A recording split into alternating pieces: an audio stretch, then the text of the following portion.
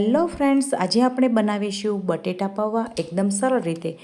તેના માટે ગેસ ઉપર એક પેન મૂકી દીધું છે. એમાં 3થી 4 ચમચા જેટલું તેલ ગરમ થવા માટે મૂકી દીધું છે. તેલ ગરમ થાય એટલે અડધી ચમચી રાઈ એડ કરી, હિંગ એડ કરી અને કટ કરેલી ડુંગળી છે તે એડ કરી અને સારી રીતે 5થી 7 મિનિટ માટે સાતળવા દઈશું. ત્યારબાદ મીઠા લીમડાના પાન, 2 સૂકા લાલ મરચાં અને આદુ મરચાંની પેસ્ટ એડ કરીશું. ત્યારબાદ સારી રીતે મિક્સ કરી અને અડધી ચમચી હળદર પાવડર એડ કરીશું.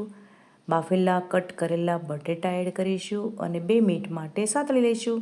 ત્યારબાદ સ્વાદ મુજબ મીઠું, ટેસ્ટ મુજબ ખાંડ, લીંબુનો રસ એડ કરી અને મિક્સ કરી લઈશું. ત્યારબાદ જરૂર મુજબ લાલ મરચું પાવડર એડ કરીશું અને ચોખાના પૌવા ધોઈ અને સાફ કરેલા છે તે એડ કરીને સારી રીતે મિક્સ કરી લઈશું. 2થી 5 મિનિટ માટે થવા દઈશું.